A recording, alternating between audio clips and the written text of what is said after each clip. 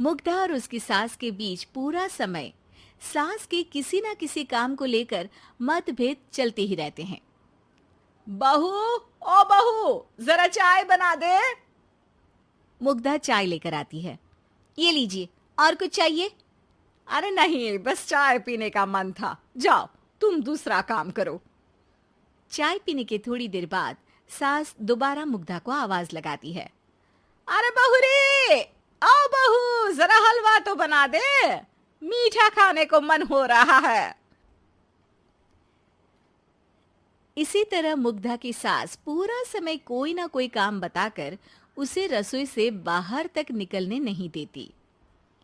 कभी चाय, कभी हलवा, कभी पानी तो कभी दूध, हर समय खाने को चाहिए और उसके लिए अपने हाथ पैर बिल्कुल नहीं हिलाने।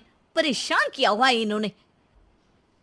सास के जबरदस्ती परेशान करने की आदतों से दुखी मुग्धा एक शाम सचिन के साथ अपने कमरे में बैठी हुई बात कर रही होती है। सुनो जी, मम्मी जी की ये जानबूझकर मुझे परेशान करने की फरमाइशों से मैं बहुत फ्रस्ट्रेट हो चुकी हूँ। पूरे दिन में एक सेकंड का आराम नहीं मिलता। रसोई से बाहर कदम रखती नहीं कि बहू ये बना दे, बहुरी वो बना दे। अरे इनकी फरमाइशें चलती ही रहती है।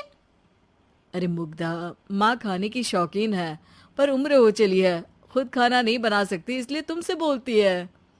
अरे तो शौक भी उम्र देख कर रखने चाहिए ना। समझ में नहीं आता, हर समय फेविकॉल का जोड़ लगाए सोफे से चिपके बैठी रहती है। इतना सब डाइजेस्ट कैसे हो जाता है उन्हें?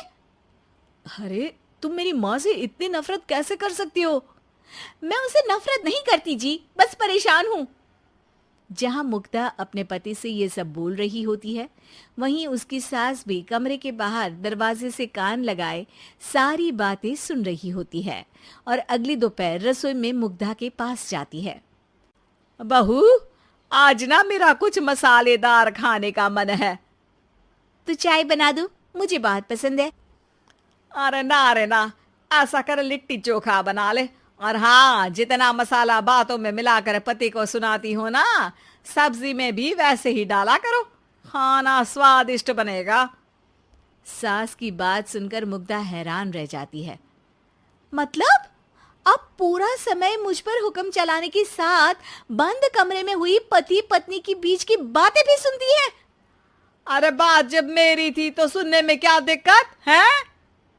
ये कहकर सास वहां से चली जाती है। अरे अब तो हद पार हो गई, इस तरह से तो ये मेरा जीना मुश्किल कर देंगी। मुग्धा सास की हरकतों से परेशान उसका हल सोचने लगती है और इसी तरह कुछ दिन बीत जाते हैं, जिसमें सास का जन्मदिन आता है। मुग्धा बहुत खुशी के साथ अपनी सास को एंड्रॉइड मोबाइल गिफ्ट करती है। मम्मी, आपको सबसे बात करने के लिए बहुत दिक्कत होती है ना, कभी सचिन तो कभी मुझे बोलना पड़ता है, पर इस मोबाइल से आपको कोई दिक्कत नहीं होगी। एक जगह बैठे बैठे बहुत कुछ कर सकती हैं अब आप। मोबाइल देख सासू माँ खुश हो जाती है, पर उसे इस्तेमाल करना तो आता नहीं, इसलिए साइड में रख देती है। जिसे देख मुग्धा घर का सारा काम छोड़ मोबाइल सेट कर सास को इस्तेमाल करना सिखाने लगती है, जिसके बाद अब सास पूरा समय मोबाइल में ही लगी रहती है। हाय, जब से मम्मी को मोबाइल मिला है मेरी लाइफ में कितनी शांति आई है। अच्छा है, इसी तरह बिजी रहे तो मैं भी सुकून की जिंदगी जी पाऊंगी। अब मुग्धा जब मन करे काम करना, जैसा चाहे वैसा खाना बनाकर खाना, पूरा समय रिलैक्स और खुश रहने लगती है। क्या बात है, आजकल तुम बहुत चहक रही हो। अरे मम्मी जी से छुटकारा जो मिला है, अब ना फरमाइशें ना छुप छुप कर बातें सुनना। अच्छा, तो मोबाइल गिफ्ट करने की ये स्कीम थी। इसी तरह दिन बीतते हैं और अब मोबाइल पर लगी सास फरमाइशों की जगह सवालों के लिए बहू को आवाजें लगाना शुरू कर देती है। अरे बहू सुन तो, देख जरा किसी का फोन क्यों नहीं मिल रहा? रिचार्ज खत्म हो गया है, पर अभी 4 दिन पहले ही तो मैंने किया था, इतनी जल्दी कैसे खत्म हो गया? अरे मैंने कल तेरी कनाडा वाली मौसी सास से 3 घंटे बात की थी ना। क्या? इतना महंगा तो मोबाइल भी नहीं आया जितना महंगा इसका रिचार्ज पड़ रहा है।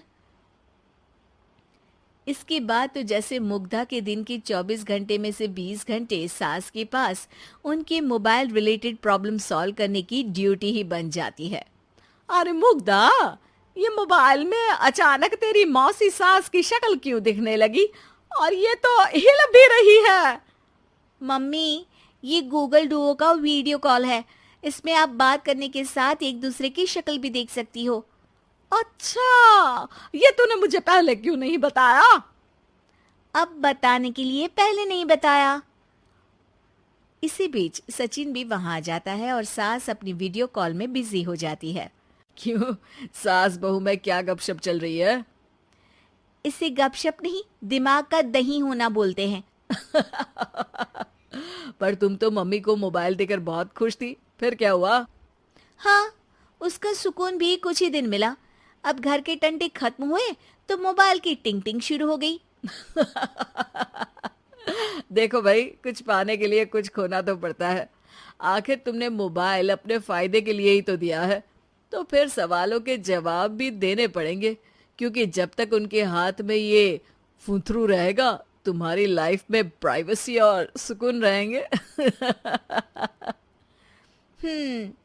कहने का मतलब है अगर इससे प्यार बढ़े तो दाग अच्छे हैं। अरे मुझे पहले दिन से ही पता है मोबाइल किस मकसद से दिया गया है। भूलो मत, इससे पहले मैं बातें ही सुनती थी। सास की ये बात सुनकर मुग्धा शॉक में और सचिन हंसता रह जाता है।